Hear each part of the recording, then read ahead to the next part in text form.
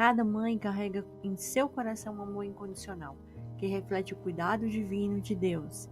Neste vídeo, nós vamos ouvir uma mensagem linda, uma pregação da doutora Filó, inspirada por Deus para o nosso coração. Se você busca conforto, orientação, fortalecimento espiritual, então ouça esse vídeo até o final. Se você gostar, deixe seu like, compartilhe com mais pessoas, compartilhe com aquela mãe que às vezes se sente tão cansada, esperando mesmo uma mensagem de Deus ao coração dela. Não deixe de compartilhar e transformar vidas também. No final desse vídeo eu vou deixar um e-book, um guia de adoração ao Santíssimo, que vai te ajudar muito aí nos seus momentos de adoração. E o que eu queria conversar com vocês é sobre o olhar que a gente tem sobre mãe, né? Mãe é algo tão extraordinário que só pode ter sido uma invenção de Deus. Mas eu fico tão encantada com o processo que acontece para ser mãe. Porque mãe a gente não nasce sendo, a gente se torna mãe. E é tão interessante como é que a gente é seduzido, né? Porque a gente tudo começa com um sonho, né? De pequena fala, eu vou casar, vou ter um tanto de menino. Não é assim? Tive uma menininha que teve que ser chamada com 4 anos na escola, que ela estava inibindo os menininhos, que ela chegava perto deles e falou assim, você vai casar comigo agora, porque eu quero ter muito filho, então nós temos que começar hoje. Os meninos choravam porque não queria ela ir mudando de menino, né? Que alguém tinha que casar com ela, 4 anos de idade. Então a gente alimenta um sonho, e quando Deus suscita no nosso ouvido e fala, você quer ser co-criadora comigo? A gente não entende isso não. A gente casa, tem o sonho de entrar, de casar, de fazer a festa de casamento, vai sendo todo um processo. Aí chega um momento que a gente quer ser mãe, engravida, e o primeiro momento, antes do corpo até ser transformado, nós já estamos pensando no quarto, no nome, e o nível primeiro das preocupações é esse, é para Miami, fazer enxoval, ou pegar a lista de quem já vai e já traz tudo para a gente, e a gente vai crescendo nisso, o corpo vai sendo transformado.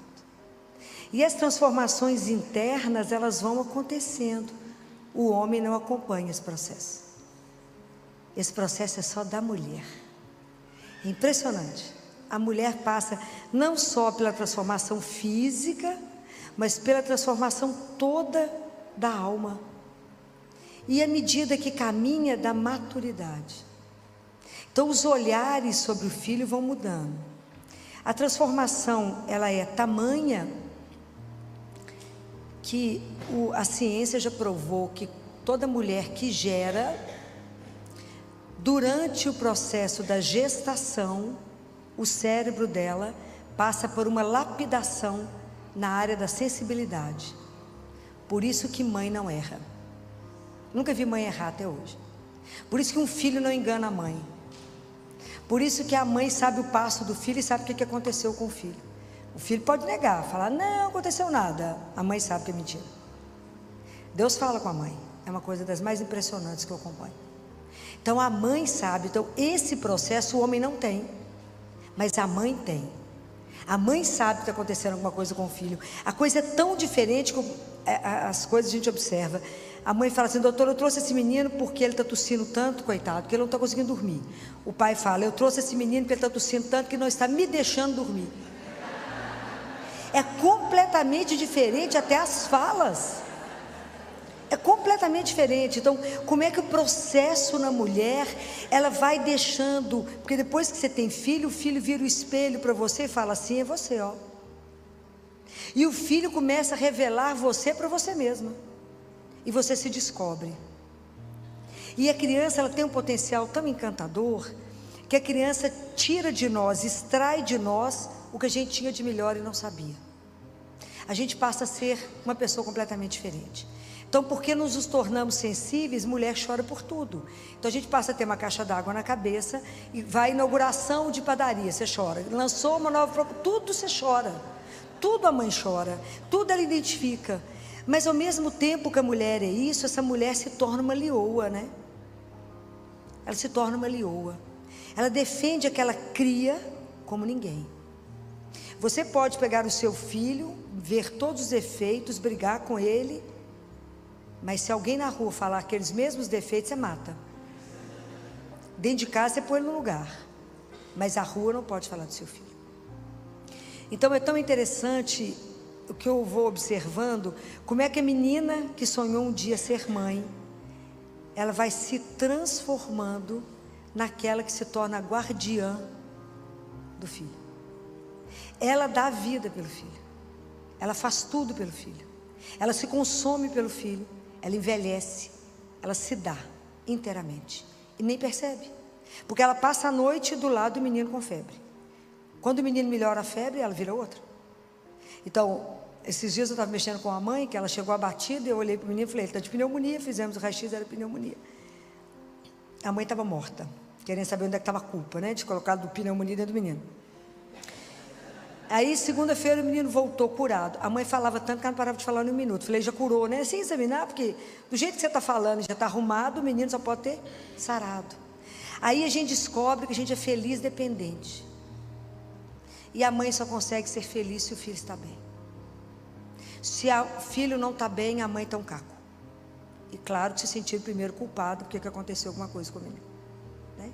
Então, esse processo de se tornar mãe é algo que a gente percebe e que vocês vão tomando dimensão do tanto que vocês estão sendo transformadas em algo muito melhor. Muito melhor. A gente se torna uma pessoa tão melhor depois que você vira mãe. Depois que vira avó, a gente fica melhor dobrado, né? Então, é tão interessante acompanhar que à medida que o menino cresce, a menina que vira uma moça, que vira uma mulher, ela desabrocha como ser. É um ser diferente. A mãe é completamente diferente. Então, na questão de vigiar tudo, de olhar tudo, de dar conta de tudo, de entender o filho, ela entende que existe um outro processo dentro dela, porque depois que nasceu o menino, ela tem que entender que ela precisa de ser mulher, depois de ser mãe. Esse é um outro processo que acontece dentro das mães, que precisa ser visto com cuidado, olhado, porque senão o casamento acaba igual a abelha. Depois tem o menino, mata o zangão, fala, não preciso de você, quero só meu filho. E esse é um perigo, e nós sabemos que é um perigo. O grande desafio de ser mãe, de ser esposa, de ser profissional, e de se descobrir no meio disso tudo, com a sua identidade, porque a mulher vai se perdendo no meio de tantas funções e de repente ela não sabe nem quem ela é mais. E isso a gente percebe quando a gente puxa a mãe de volta, fala, mas você é tal pessoa, porque a gente se esquece. No meio disso tudo, o amor te consome de uma tal forma que você só se doa e não percebe. Então, entre tantas funções da mãe, e quando o padre chamou para esse café, que era um carinho com vocês, é de vocês nesse momento poder se posicionar diante de vocês mesmas, porque a rotina tira a beleza daquilo que a gente vive, e a gente acha que é aquilo mesmo. Para mim, a maior missão concedida, solicitada a uma pessoa é, cria para mim esse menino, educa. Faça dessa criança que chegou para você esse manual de instrução, um homem e uma mulher que o mundo vai admirar. Você fala, eu não dou conta dessa missão. Mas é interessante que no primeiro momento, a preocupação da gente é o menino, é ter leite. É dar o peito, é ver o menino crescer, e é ver o menino bater todos os marcos do desenvolvimento, né? E é claro que nós, como mãe, achamos que o nosso filho é o mais inteligente, mais esperto, o melhor. Doutor, ele já faz isso, claro que todos fazem isso naquela época, né? Mas o menino dela é sempre mais bonito, mais inteligente, a gente deixa, porque isso faz parte do ser mãe, faz parte. E a mãe que nasce o bebê, que não é aquilo que ela sonhou. A mãe que tem um filho com uma síndrome, ou a mãe que nasce o filho prematuro, ela sonhou com aquele menino corado de 9 meses, de 4 quilos, nasce um menino de 600 gramas. Então aquela mulher que passa pelo processo da perda do bebê que ela sonhou para assumir e amar o filho que chegou. Isso é um processo. Porque tem que morrer um, aí morre a mãe e aquele menino, e nasce uma mulher como ninguém. Porque ela passa a dominar o assunto mais que médico. Ela sabe mais da doença do menino que qualquer doutor no assunto. Porque ela estuda, ela investe, e uma das coisas mais lindas, ela não abandona. O filho é dela. Os homens, e mais de 40% vão embora. Porque o defeito é sempre da mulher, né? A família dele é sempre perfeita. É na sua família que tem esses negócios, na minha não tem nada não. Isso a gente escuta todos os dias. Mas eu nunca vi mãe abandonar filho. E é uma coisa tão impressionante isso, porque o amor de mãe é algo tão, que mais me lembra amor de Deus, que mãe é para ser estudado. O Padre Joãozinho falava que, fala, né, ele está vivo, que cuspe de mãe tem que ser estudado. Porque o menino machuca, chega gemendo, chorando, a mãe beija o machucado, o menino sai pulando. Então tem algo naquele cuspe que só Deus entende. Mas isso tudo chama amor, né? Que é a capacidade da mãe da superação. Mãe não conhece não. Mãe não conhece impossível. Mãe muda a história dos filhos. Todas as grandes modificações dentro da medicina da história foram feitas pelas mulheres, pelas mães. A vacina tríplice e a celular só existe porque as mães foram para a rua em Londres e falaram: não vacinaremos os nossos filhos porque essa vacina da crise convulsiva é a vacina que tem no SUS. O SUS só dá a vacina a celular quando o bebê nasce e tem crise convulsiva. As mães fizeram uma marcha e falaram: não vacinamos. Aí os meninos começaram a ter a coqueluche, começaram a ter as doenças pertinentes à vacina. Aí o reino reuniu e falou: busca os cientistas, que eles têm que descobrir alguma coisa, porque ninguém passa por essas mulheres. Ninguém passa por elas. Elas falaram que não vão dar isso para os filhos e elas não darão. E não dão, quem faz isso com a mãe? Mata a mãe, mas não faz. E aí foi criada a vacina tríplice celular, que hoje vocês pagam, os meninos não têm efeito colateral, mas isso foi a marcha das mães. Poucas pessoas sabem disso, mas isso é uma realidade. Então a grande transformação é a mãe. A mãe é aquela que eu falo com os residentes: aprenda a escutar que você não vai errar diagnóstico. Ela não tem que saber o nome da doença, mas ela fala: é isso, isso, isso. Você faz o igual, só isso, mais isso, está tal doença. A mãe sabe quando tem uma coisa errada com o filho. Teve um caso engraçado lá no consultório, que foi o casal, a mãe falou: filho, eu trouxe esse menino, que está com uma tosse que sai da alma. O marido falou: mas quem está tossindo, gente? Tem ninguém tossindo dentro de casa.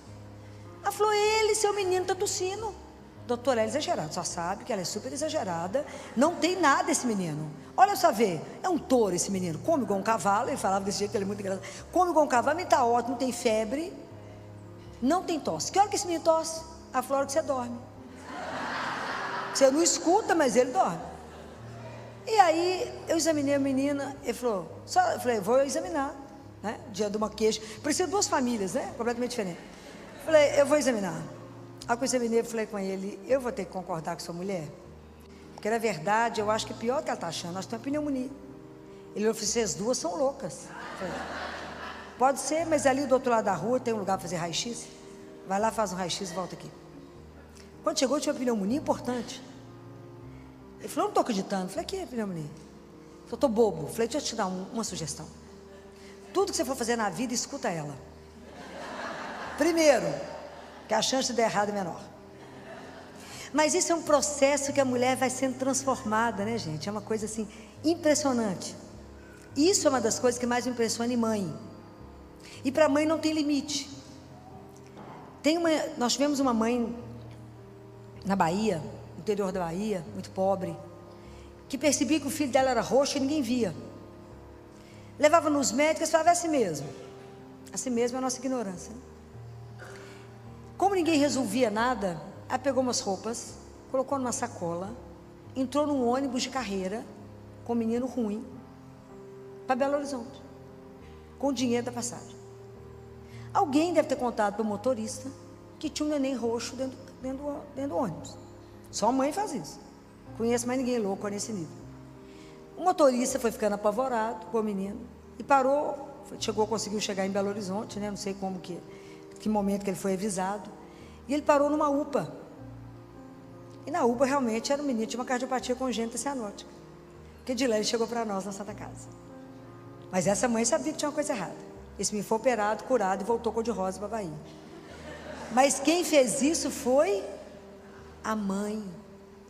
Foi o amor dela, que não conhece não, que não conhece limite, que não conhece a palavra é impossível.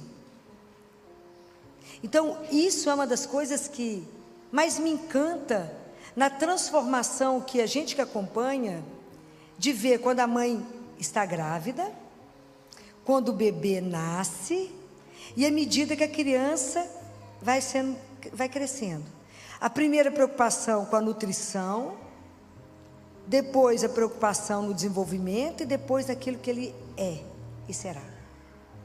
Mas paralelo a isso, eu percebo que é uma outra mulher que vai sendo gerada. Então eu percebo que vai crescendo duas mulheres ao mesmo tempo, e muitas vezes a gente não percebe.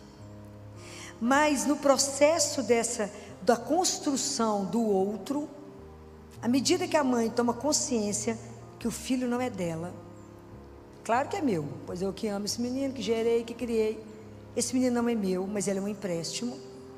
Ele me foi dado para ser criado para Deus. E um dia eu vou ter que dar contas a isso. Cresce em mim uma outra mulher, que é a mulher de oração. Que eu falo que o caminho mais curto para a gente aprender a rezar é ser mãe. O caminho mais curto. A gente que entra numa igreja pensando em casamento, naquele glamour, na lua de mel dos sonhos, isso tudo vira nada a partir do momento que a gente é mãe. E a partir do momento que a gente descobre a primeira febre. Primeira febre, você acaba de dar o remédio, você põe termômetro. Mas acabou de engolir o remédio. Você fala, doutor, o remédio não abaixou. Eu falo, mas quantos minutos tem que você deu o remédio? Agora, não, demora 1 hora para fazer efeito. Mas o termômetro já foi colocado pelo menos 10 vezes, até a febre baixar.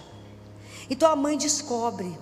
E aí a mulher vai descobrindo que, na verdade, quando a gente é convocado para casar, para ser mãe, a gente é chamado a uma missão muito maior. Porque a mulher é aquela que não só constrói os filhos, mas o primeiro filho que ela constrói é o marido que ela jurou fidelidade, que ela recebeu o primeiro filho naquele momento, no altar. Aquele que ela achou que ia ganhar um ombro, não, ela que tem que dar o colo inteiro. Não é assim? E a partir do momento que você casou e tem filho, você nunca mais tem direito de chorar, a não ser enquanto toma banho. Porque já mistura com a água do chuveiro, fica tudo por lá. Porque se alguém perceber a mãe chorando, a casa cai. Né? A mãe fala, estou com dor de cabeça, todo mundo fica olhando para a mãe. A mãe engole o comprimido, já sarou? Não, acaba de chegar no esôfago, agora que descer. Sara a mãe. Mas primeiro a mãe tem que engolir o comprimido para sarar. Então mãe não tem direito de deprimir. Se a mãe deprime, a flor murcha, o cachorro adoece e a casa vira um caos. Estou falando mentira? Não estou. A mãe é aquela que esses dias eu estava rindo de uma família, 4. A família falou, doutora Filó, todo mundo lá em casa teve dengue, mas o meu marido ficou em estágio terminal. E ele olhava para mim e falava assim, como que você está dando conta? Ela falou, não tem opção. Eu tenho que dar conta de vocês, de 2 meninos e de mim. Mas ele estava em estágio terminal. Que é assim mesmo, a gente já sabe a intensidade que modifica. Então a mãe é aquela que vai aprendendo algumas coisas. Essa é a primeira. Chora em silêncio no banho ou de madrugada. É aquela que tem que estar sempre animada, porque os meninos ficam olhando para ela. O menino olha, ontem quando eu falei com a mãe no consultório, era o meu último menino, mãe, de novo, ela me ligou na hora do almoço, falou, doutor Filó, eu estou preocupado, meu menino está tendo tosse e febre desde segunda-feira, mas é um pico por dia, e meu marido falou que não é nada. Eu falei, eu não gosto dessa murrinha, porque isso para mim é pneumonia, pode ir para o consultório. E aí quando eu falei, mas faz o raio-x antes, na verdade tinha meio pulmão tomado à esquerda. Quando o menino viu, ele falou, mãe, eu vou morrer. Porque o menino olha para a mãe, se a mãe apavora, ele desorienta. Se a mãe mantém a cara de paisagem, fala, está tudo bem. Então mãe não tem direito nem de expressão, sempre a cara, né, de paisagem, porque ela tem que manter a classe, porque senão cai a casa. E isso são coisas que a gente vai adquirindo, porque a gente não nasceu com elas. Mas é a vida de ser mãe que nos transforma. Mas quando a mulher vai percebendo isso, ela descobre que ela não vai dar conta de manter a família. Ela tem que ser mãe, ela tem que ser mulher, profissional, dona de casa e tudo mais. Sozinha a gente é capaz? Não. Então eu percebo que nesse momento a mulher amadurece para descobrir o terceiro tesouro que a igreja nos dá. Porque para conseguir esse terceiro tesouro a gente tem que amadurecer um pouquinho. O primeiro tesouro que a igreja nos dá é Jesus. E a gente tem um encontro com Ele, Ele olha nos nossos olhos e a gente quebra inteira.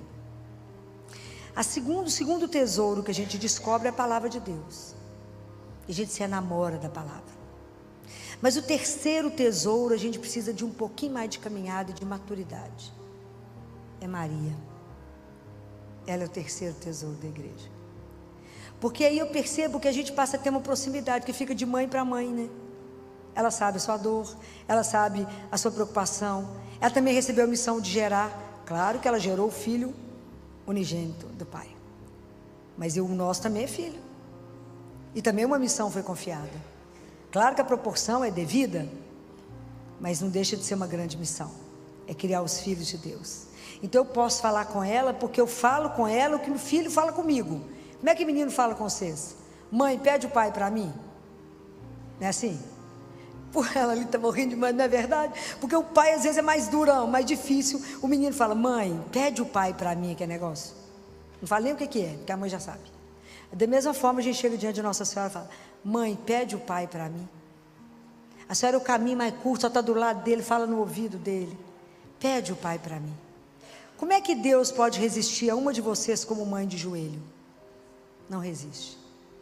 Por isso que a oração de mãe é uma coisa tão impressionante. Que Deus fez com Mônica, o São Agostinho foi só convertido. Ele foi bispo e doutor da igreja. Porque Deus quando pega, ele pega de jeito. Então como é que Deus nega o pedido de uma mulher? Não nega. Mas a mãe com poder de oração, ela santifica a casa. O marido não resta importância não, daqui a pouco ele está de joelho pior do que eu sei. Por causa de quê? Por causa da mulher. Então é tão impressionante o poder que a mãe tem no silêncio. Quando a casa está naquela confusão, todo mundo se matando, o que a gente aprende quando olha para Nossa Senhora? Nossa Senhora do silêncio, né? Cala. Espera. A mulher vai tendo sabedoria de compreender, de naquele momento não entrar em crise, naquele momento não tomar partido, de calar, de observar, de pedir sabedoria naquele segundo que te resta para não matar ninguém. Quando os meus clientes, por isso tem que ter ela na janela, doutora, para já não mandar alguém pela janela. Não é para os meninos não caírem. Então, quando a gente vai percebendo isso, né, e vai entendendo a missão que é confiada na mão de uma mulher. A mulher, se ela fica viúva, ela mantém a casa, cria os filhos e põe todo mundo de pé. A família que quebra, a mulher com trabalho manual levanta a família. Quantos casos vocês conhecem? A Fanny é uma delas. Loja maravilhosa de chocolate, Fanny colocou a família de pé, começando a fazer chocolate dentro da casa dela, quando o marido perdeu o emprego. Onde era a garagem, virou a fábrica que eu acompanhei o negócio desde o início. Ele nunca mais conseguiu emprego, depois trabalhou com ela e virou a fábrica que virou. Mas quem que fez? Fazendo chocolate dentro de casa. A mulher tem essa capacidade, o homem não tem.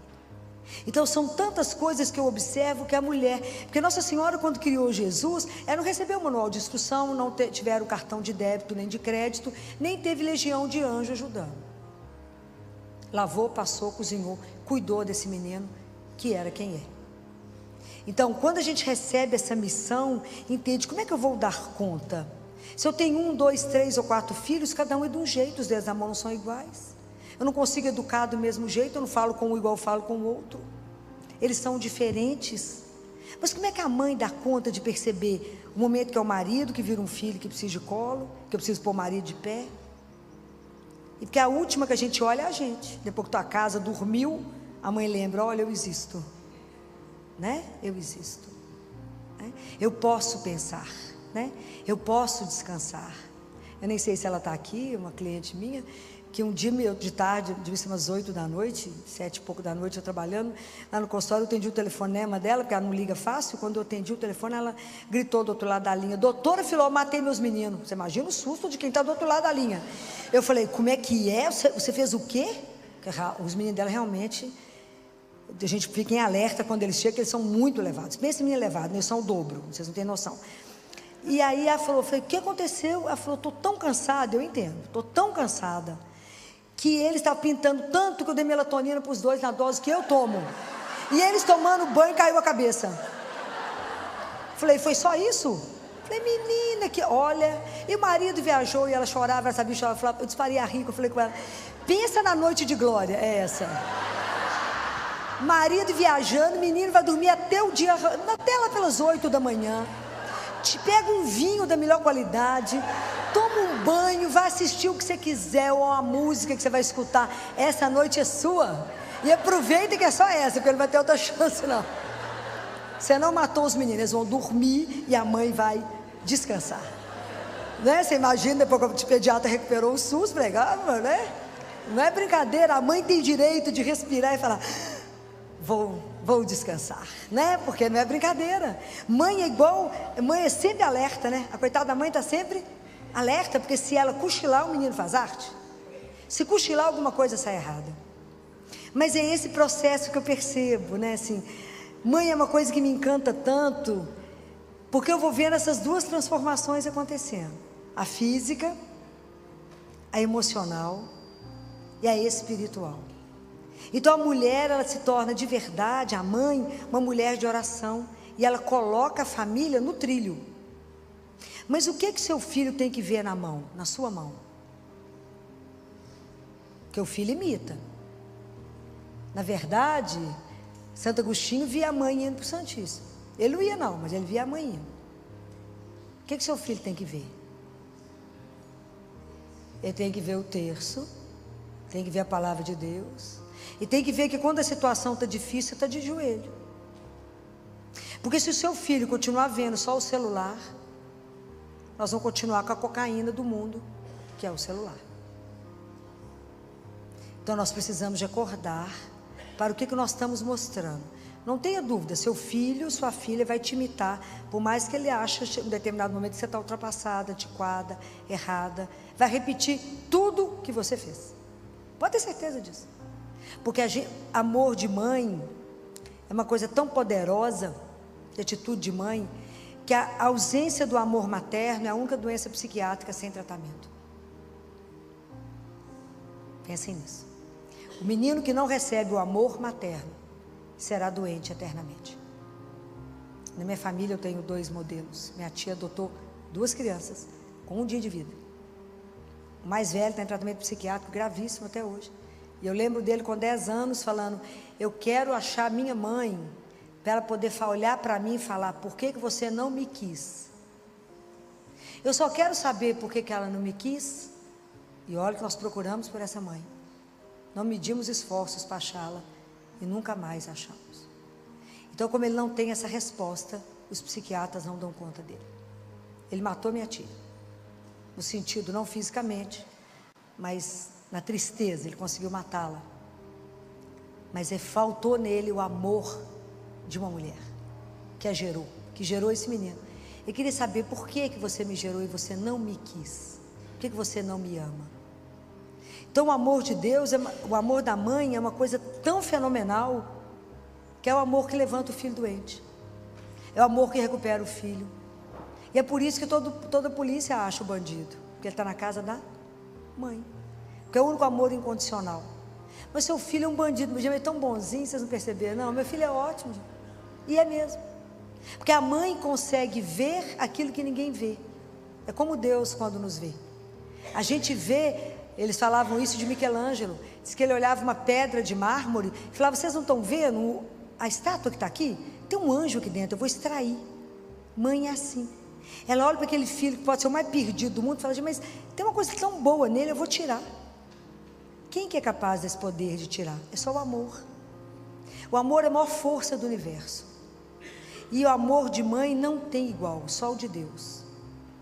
O amor de Deus, o amor de uma mãe é uma sombra do amor de Deus. É o que mais nos ajuda a lembrar do amor incondicional de Deus. Porque a única coisa que a mãe quer do filho é que ele seja feliz. É a única coisa que a mãe deseja de filho. Então, quando eu percebo essa transformação de vocês, Eu fico vendo que feliz as mulheres, feliz as famílias que despertaram para essa dimensão espiritual, que tem como ajuda, como a gente passa a viver colado no manto da mãe, Maria. Porque até nesse momento que eu estou conversando com vocês, nunca existiu alguém, alguma coisa que foi pedido a ela que não foi dado. Porque o poder de intercessão dela é impressionante. E uma vez a revista Times colocou a mulher mais poderosa do universo. Não sei se vocês chegaram a ver isso.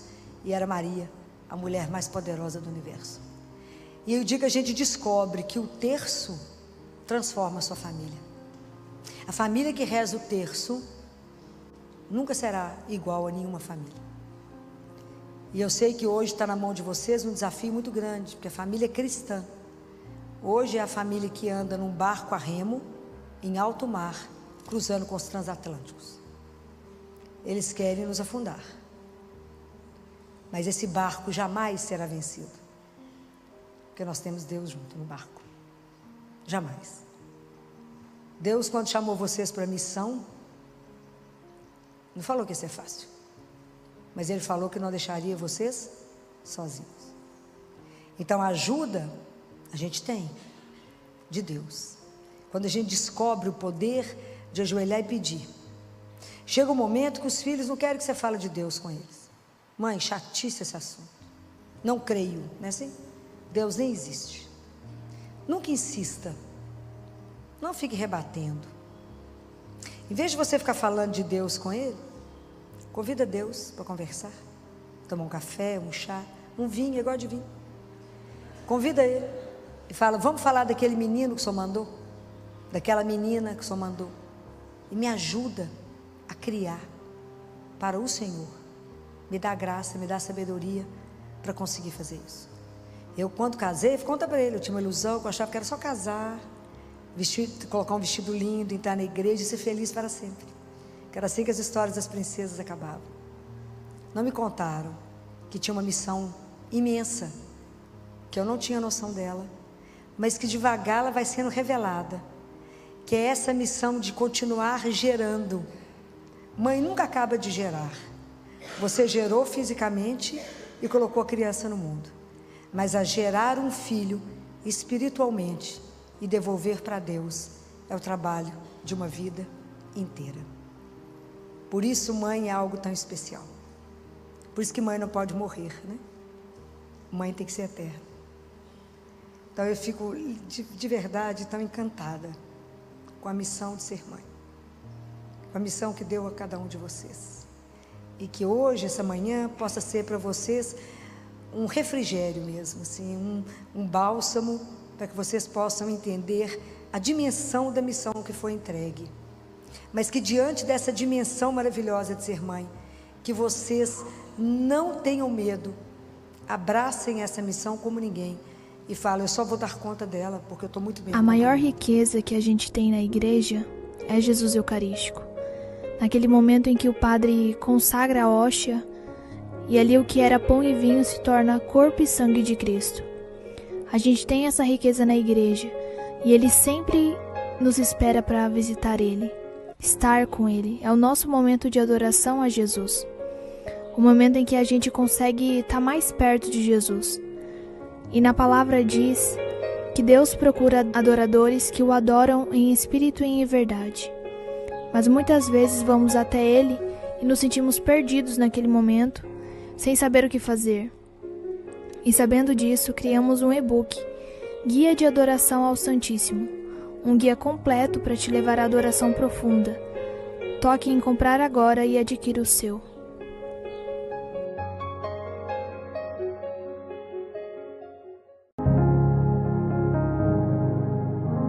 Boa noite de novo, né? Quem tiver com a palavra de Deus, vocês vão abrir para mim no Salmo 30. O sofrimento e a morte são um mistério, né? Nós não sabemos explicar o sofrimento, nem estamos aqui para explicá-lo. Jesus não explicou o sofrimento, Jesus atravessou pelo sofrimento, Ele viveu o sofrimento. E nossa vida, a dor chega de várias formas, né? rezar, eu sempre digo que se rezar nunca vai nos blindar contra o sofrimento e contra a dor, mas vai nos dar um caminho diferente de como vivê-lo, né? Vai nos ajudar a passar por todo momento de sofrimento e dor com uma confiança incondicional, né? Isso que a nossa fé nos dá, né? Então é preciso desmistificar o assunto e falar sobre isso. A gente geralmente não gosta de falar de sofrimento, muito menos da morte. São assuntos que desfazem exatamente um grupinho. Tem um grupinho conversando, se você chegar com esse assunto, não fica ninguém, né? Mas se são realidades nossas, se é real que eu sofro, vou sofrer, cada um de nós vai passar pela dor, pela morte, então é melhor conversar sobre isso. Então é possível fazer com que isso seja diferente.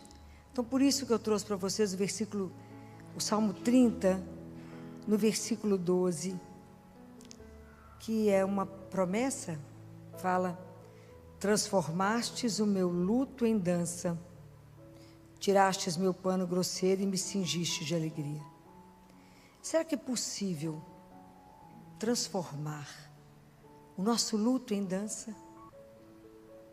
Porque quando a gente está sofrendo, a gente fala assim: mas eu nunca mais vou rir na vida. Nunca mais. Eu nunca mais serei capaz. E aqui é Jesus que vem até nós, estende a mão, não fora do seu sofrimento, no meio da sua dor, no meio do seu choro, Ele estende a mão e fala: vão dançar comigo? Você está disposto a fazer uma coreografia de dança? É possível. É possível transformar a nossa dor. É possível. Nós temos alguns passos para aprender a coreografia. Jesus tem uma coreografia para dançar conosco. São 5 passos para fazer essa dança. Porque só um Deus que nos ama dessa forma pode nos fazer uma proposta dessa. Eu transformo o seu luto, eu enxugo as suas lágrimas e te convido para uma dança com Ele. Pode imaginar que escândalo é isso, né? O primeiro passo é que a gente precisa aprender a falar da nossa dor. Jesus diz assim: bem-aventurados os que choram, porque serão consolados. Ele disse: eu vim para os que estão doentes, eu não vim para os sadios, não é assim? Quem está sadio não precisa de médico, não é isso? Então, o que a gente precisa aprender?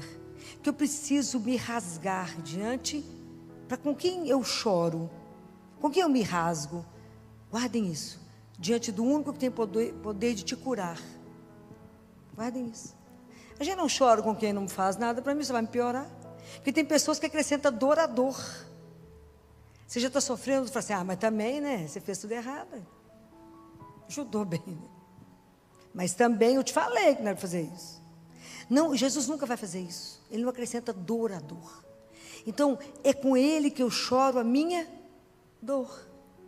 Porque quando você se rasgar e ficar nu, você vai entender que você vai ser revestido de bondade dEle, de doçura dEle. Então, aprender a enfrentar. Jesus fala que só aquele que é capaz de se reconhecer ferido. Então, somente quando eu reconheço a minha dor, aonde eu estou ferido, eu sou capaz de ser curado. Enquanto eu não assumo que tem uma dor, eu tento maquiar, como é que ele vai agir? Se nem a gente conta que está sofrendo. Mas se você falar com ele: Jesus, tem uma dor na minha alma, que nem sempre vai ser a perda de alguém. Pode ser uma perda física, pode ser uma ruptura de uma relação. Então, tantas formas de perder um cargo, tanta coisa que a gente perde. Afinal das contas, a gente só perde, não sei nem porque que a gente acumula, né? Porque não leva a nada, a gente perde. Então, a primeira coisa, comece a para e se veja. E fala para Ele tudo onde tem dor na sua vida. É um casamento que você queria ter e que não teve. Era um filho que você queria ter e que não teve. Aquilo que você idealizou e que não aconteceu. Porque às vezes essas coisas vão vivendo na nossa vida como nós, que não deixam que a graça de Deus possa fluir. Sabe quando tem estanques? A gente fica estancado, parado. Então é preciso se libertar. Como é que eu posso mostrar para Ele que eu preciso ser curado? Aonde está a minha dor? Jesus fala que aquilo é entregue pode ser redimido. Assuma, não maqueie a sua dor. Nós não estamos aqui para poder mostrar que a nossa vida é isenta de sofrimento. Mas é a forma como a gente enfrenta a dor é que faz com que a gente seja diferente. Não é? Então, o primeiro passo dessa coreografia de aceitar dançar é quando eu assumo que eu sou ferida, que eu sofro. Não esconda. Dele.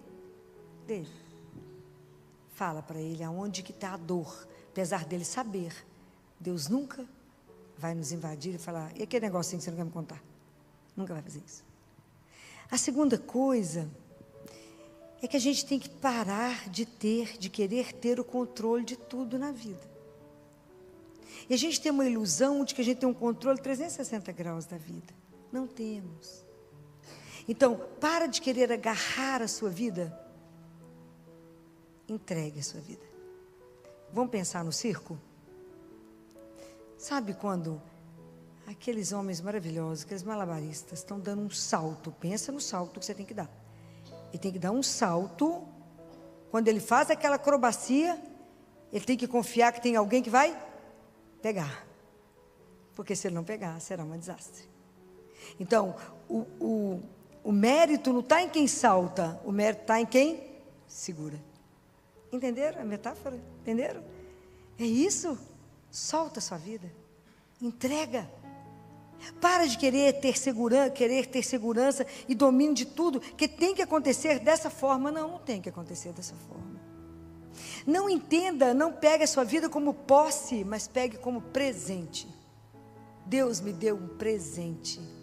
E aprenda a entender que todo mundo que convive com você é um presente que Ele permitiu que chegasse até você. Aprenda com Ele, porque cada um está na nossa vida por um tempo curto. O necessário para te ensinar e vai embora. Não desperdice as amizades. Não desperdice as oportunidades. Mas relacione com elas soltando. Solte. Fala com o Senhor. Eu não quero ter controle da minha vida. Eu quero entregá-la. Sabe cabo de guerra, né? Solta. Por que a gente pode fazer isso? Por que eu posso me entregar? Porque eu tenho que confiar. Esse é o segundo passo, é a confiança. Porque, na verdade, a gente tem que aprender a entender que o que a gente é hoje é onde Ele nos fez chegar. É tudo que Ele já trabalhou em nós. É tudo que Ele nos deu para chegar até aqui. Para e pensa. Quanta coisa você viveu e como é que Deus te conduziu e ajudou a você se tornar aquilo que você é hoje. Tudo é Ele. O que eu tenho que Ele não deu? O que eu sei que Ele não ensinou? Né? Então, caminhar na confiança. Pensa nisso, na hora que você pensar, eu vou segurar isso, eu vou reter. Não tem jeito. Não tem jeito de reter nada. Se a gente não quiser sofrer, só não fazer nada para amar ninguém. Porque se a gente se dispõe a amar alguém, a gente vai sofrer, não é? Sempre, né? Não tem jeito. O único lugar que não tem jeito de sofrer por amor é onde? Que ninguém é capaz de amar. É no inferno. É o único lugar que ninguém ama, não é? Mas se a gente ama, a gente vai sofrer, né? Mas então, aprenda a não querer possuir, mas a ser grato, conviver e confiar. Essa é a grande palavra, né? Acho que Deus até dá um salto a mais quando a gente consegue dar uma confiança, uma entrega, né? Depois da gente poder confiar, a gente precisa aprender a amar. E é tão interessante, quando a gente passa por um processo de dor muito grande, muitas vezes a gente quer manipular o outro. Então, eu perdi alguém, então eu quero ajudar aquelas pessoas que estão passando pela mesma coisa que eu, mas fazendo com que elas tenham que fazer exatamente aquilo que eu quero, que acho que está certo. Como é difícil viver uma coisa que se chama compaixão. Compaixão significa que eu vou sofrer com. Como é difícil estar ao lado de quem sofre. Porque quando alguém está sofrendo, eu quero de repente resolver o problema rápido. Eu quero ter soluções rápidas para a dor que chegou para você. Eu quero ter uma explicação rápida. Eu quero dar um brinquedo se a criança está sofrendo. Eu quero dar algum presente para uma tia que está com uma dor. Não tente responder rapidamente a uma tragédia, uma fatalidade que chegou. Quando a dor chega e ela é profunda, a gente cala. Quando a gente não tem nada para dizer para alguém, a gente faz o quê? Abraça. O abraço diz muito mais do que você possa imaginar. Abraça o outro. Fala, estou aqui. Não sirvo para nada, mas estou aqui. Estou do seu lado. Aqui. Não manipule. Não comece a separar. Nós estamos aqui na vida para aprender uma das coisas mais difíceis. Qual a lição mais difícil que Deus deixou para nós?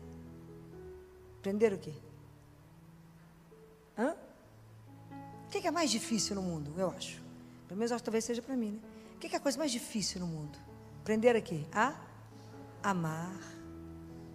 A amar. Não separar amigos e inimigos. Fulano gosta de mim, ciclano não gosta. Fulano olhou torto para mim.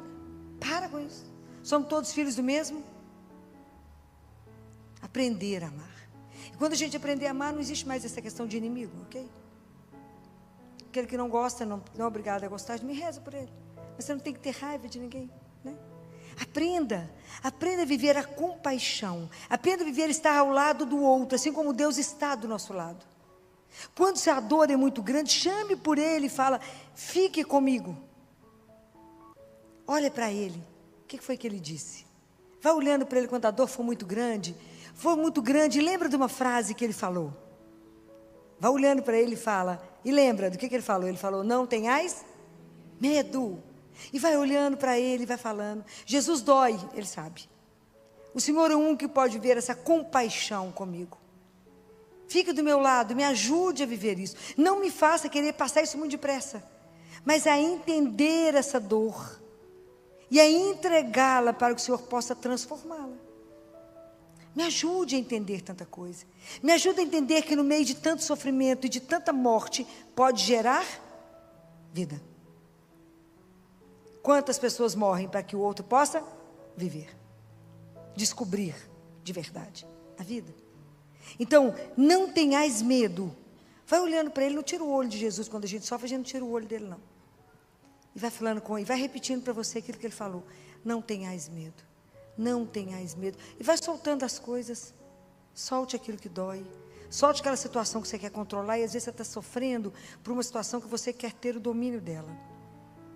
Você quer que a coisa aconteça do jeito que você sonhou. E se a coisa não está acontecendo do jeito que você sonhou, é porque ele tem uma certeza de algo que é muito melhor. E fala, minha filha, desse jeito não vai ficar bom. Eu tenho certeza de que esse lugar será melhor. Então a gente precisa aprender a entregar essas coisas todas para ele, né?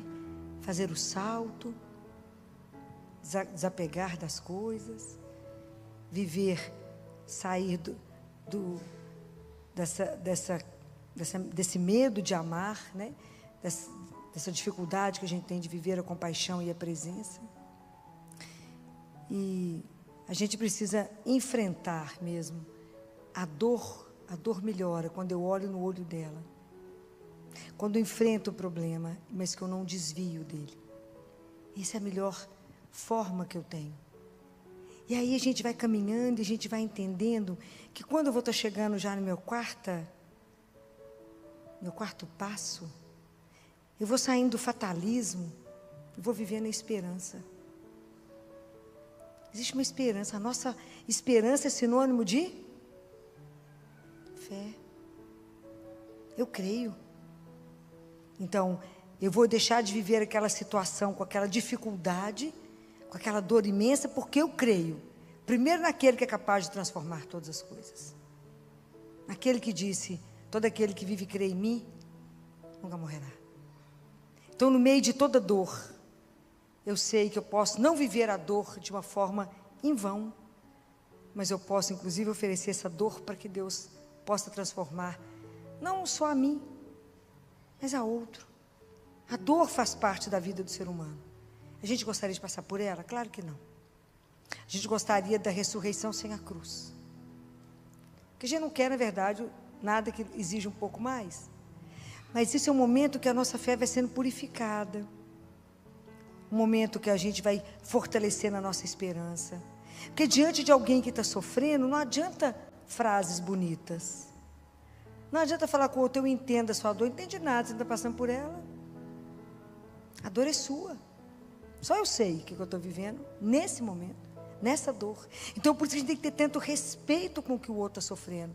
Por isso que eu preciso de aprender a ouvir. Tira o outro do fatalismo e fala com ele, vamos viver uma esperança. Uma esperança naquele que tem a última palavra, que é capaz de transformar todas as coisas.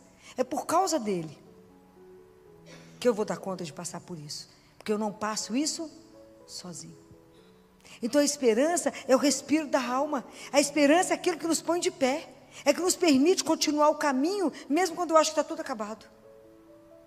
Por que eu continuo de pé depois que eu perco alguém? Porque eu creio. É por causa da esperança que me sustenta. Que fala, eu só vou conseguir caminhar porque eu creio. As promessas não são em vão. Ele disse, eu estarei convosco todos os dias. Então não tenham medo.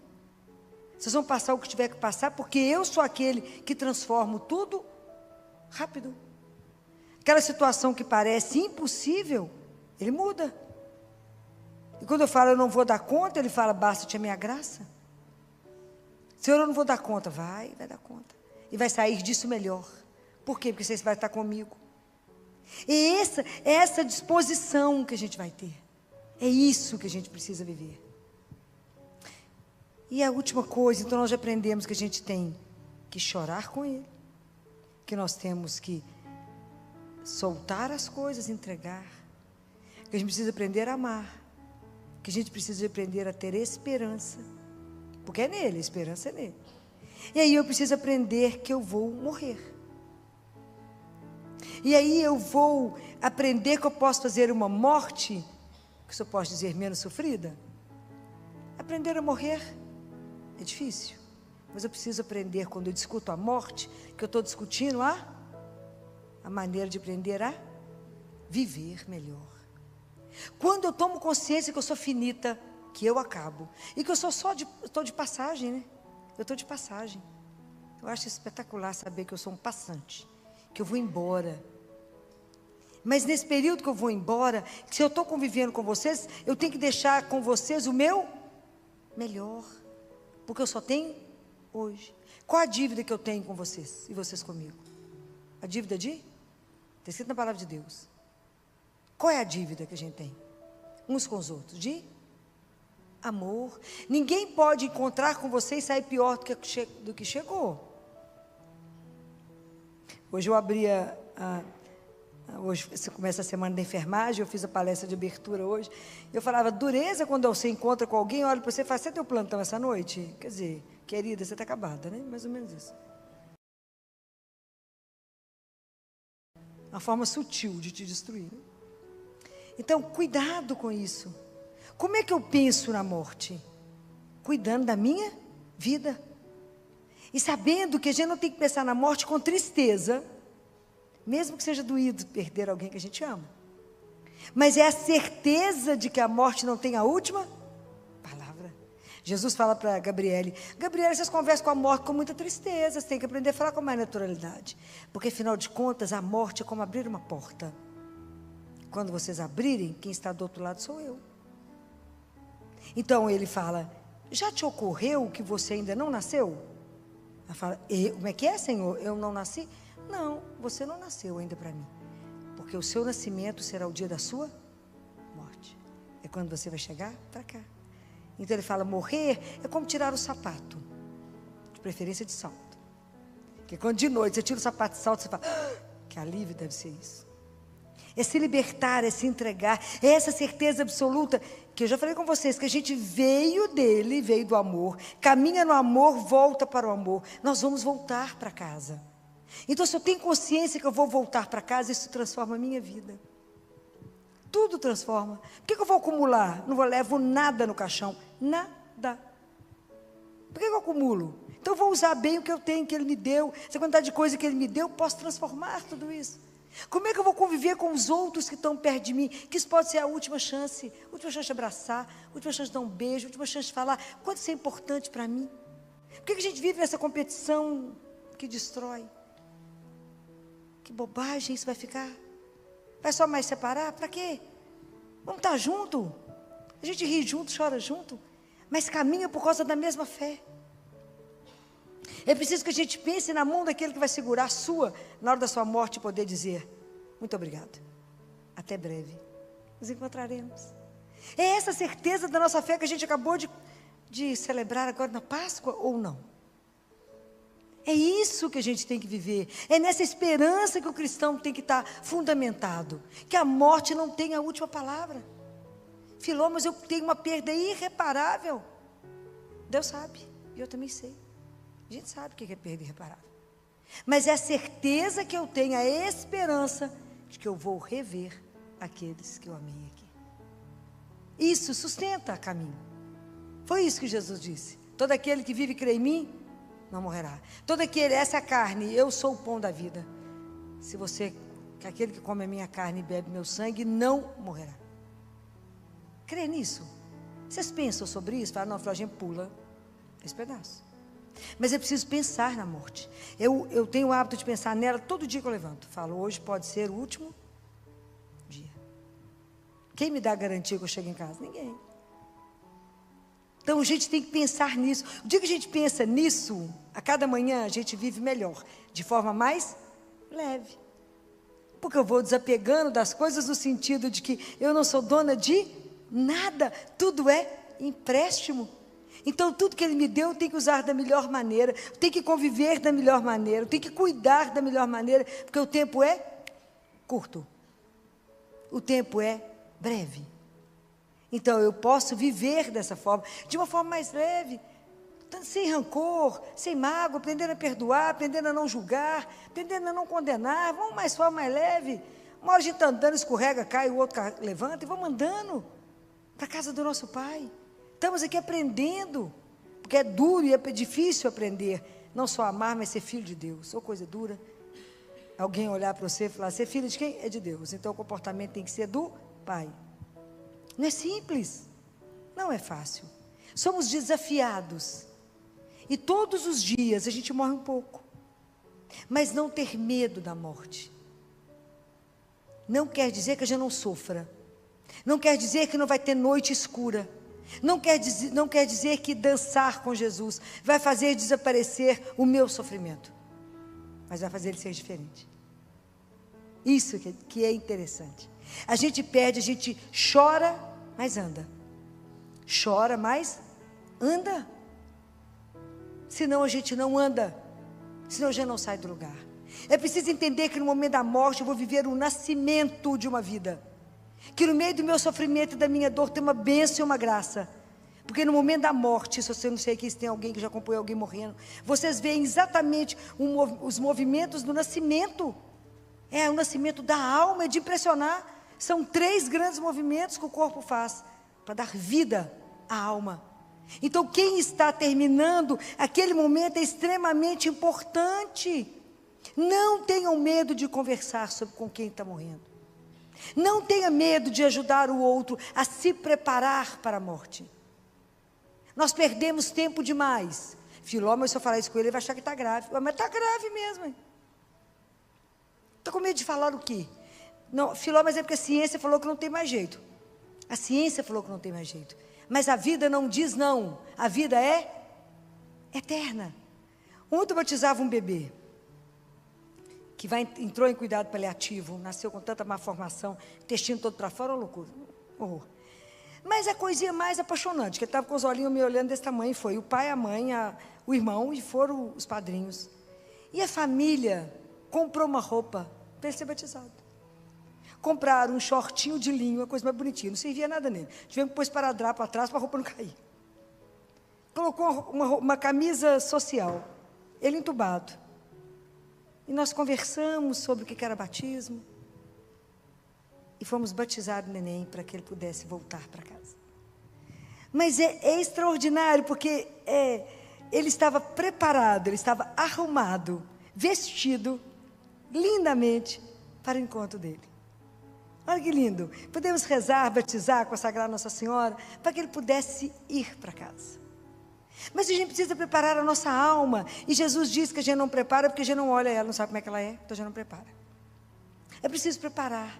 Fala que assim, não tem mais jeito pela ciência. Ok. Então vamos confessar. Vamos ver quem que você não está muito bem. Vamos resolver. Vamos pedir a unção. Vamos fazer o nosso viático, né? A nossa última Eucaristia. Isso é espetacular, a igreja nos permite ir até o fim. Então ajude o outro a falar, que às vezes o outro quer deixar alguma coisa para alguém, quer falar alguma coisa para alguém, permita. A pessoa fala, eu não estou bem, você fala, imagina, você está ótimo. E vai chorar lá fora. Fala, o que não está bem hoje? Vamos falar sobre isso. Eu estou com medo. Medo de quê? Você vai contar ao seu pai, está escrito na primeira carta de João. Se o teu coração te condena, Deus é muito maior que o nosso coração. Não ter medo, ajudar o outro a enfrentar esse momento, estar de mão dada com o outro, rezar com o outro e falar, até breve, nós vamos nos encontrar, porque essa é a promessa. É isso que nos espera. Porque depois que a gente viver tudo isso, começar a viver a nossa morte, entender isso, a gente muda completamente esse conceito de finitude, muda tudo para nós. Muda completamente a forma de ver tudo isso. Nós temos que parar de ter medo de conversar sobre isso.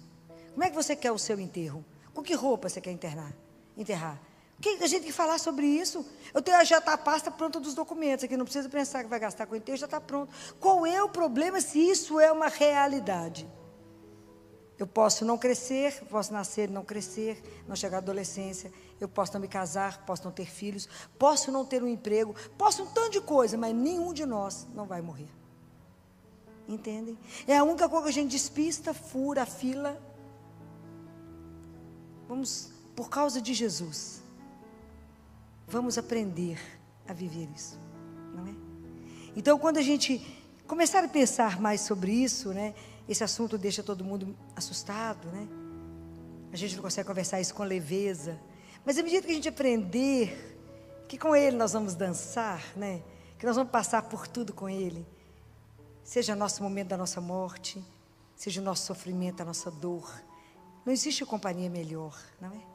Então, quando a gente conseguir passar por isso, entender todos esses passos para uma dança, nós vamos entender que nós podemos viver o sofrimento e a morte sem medo. Por quê? Porque eu vou poder viver tudo isso em cima de uma esperança que será indestrutível. É isso que nós temos que chegar. Isso não é passo fácil. Nada do que eu falei com vocês é fácil. Mas eu tenho que ensinar vocês que existe um começo. Para que você hoje chegue na sua casa, na sua dor, e relembre desse Salmo 30, no versículo 12, e fala, Jesus, eu quero dançar com você. Me ajude a dar o primeiro passo. Depois Ele vai ensinar a coreografia inteira, mas que a gente seja capaz de dar o primeiro passo da nossa dança. É possível voltar a sorrir. É possível voltar a dançar. Não sozinhos. Com Ele. Sem Ele, nada. Então vamos pedir a Nossa Senhora, não é? Que nos ama sem igual. E que enfrentou o sofrimento como ninguém enfrentou. Que viu aquele filho dela carregando a cruz. Que viu ele ser pregado numa cruz. Que viu toda a atrocidade com ele. Que viu tanta injustiça. E ficou de pé. Vamos pedir a ela que nos ajude, nos dê força, nos dê coragem. Aquela coragem que ela teve aos pés da cruz, beijava os pés dele ensanguentados. Fala, me dá a coragem que a senhora teve, me dá. Peça a Jesus as graças que a gente precisa para começar a dançar com Jesus. Só o primeiro passo, só Ele. E que depois Ele nos ensine a coreografia inteira, para que um dia a gente possa continuar dançando por toda a eternidade. Louvado seja nosso Senhor Jesus Cristo.